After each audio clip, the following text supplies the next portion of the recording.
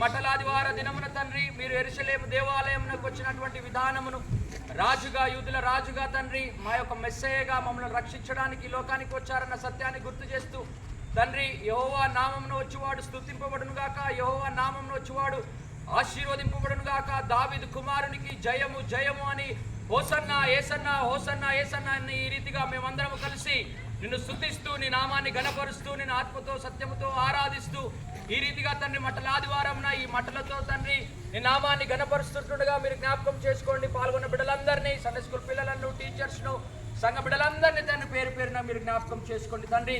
మేము ఎల్లవేళలా ఈ లోకములో నిన్ను స్తుతిస్తూ నీ నామాన్ని గణపరుస్తూ నీ చిత్తం జరిగిస్తూ అనేకులకు ఆశీర్వాదకరంగా ఉండడానికి సహాయం చేయండి. మరి యొక్క తరుణం తండ్రి ఈ మట్టలాదివార దినమున తండ్రి నిన్ను స్తుతిస్తుంటుండగా ఇదిగో తండ్రి నీ ఆకాశ వాకిలి నింపి మెండైన దీవెనలు కుమ్మరించండి. పాల్గొన్న బిడ్డలందరికీ నీ సంతోషము నీ సమాధానం విడుదల నజరేయుడైన యేసు నామములో దయచేయవలసిందిగా ప్రార్థిస్తూ సమస్త మహిమ ఘనత ప్రభావం నీకే ఆరోపిస్తూ యేసు నామమున ప్రార్థించి అడిగి వేడుకుంటున్నాను మా తండ్రి.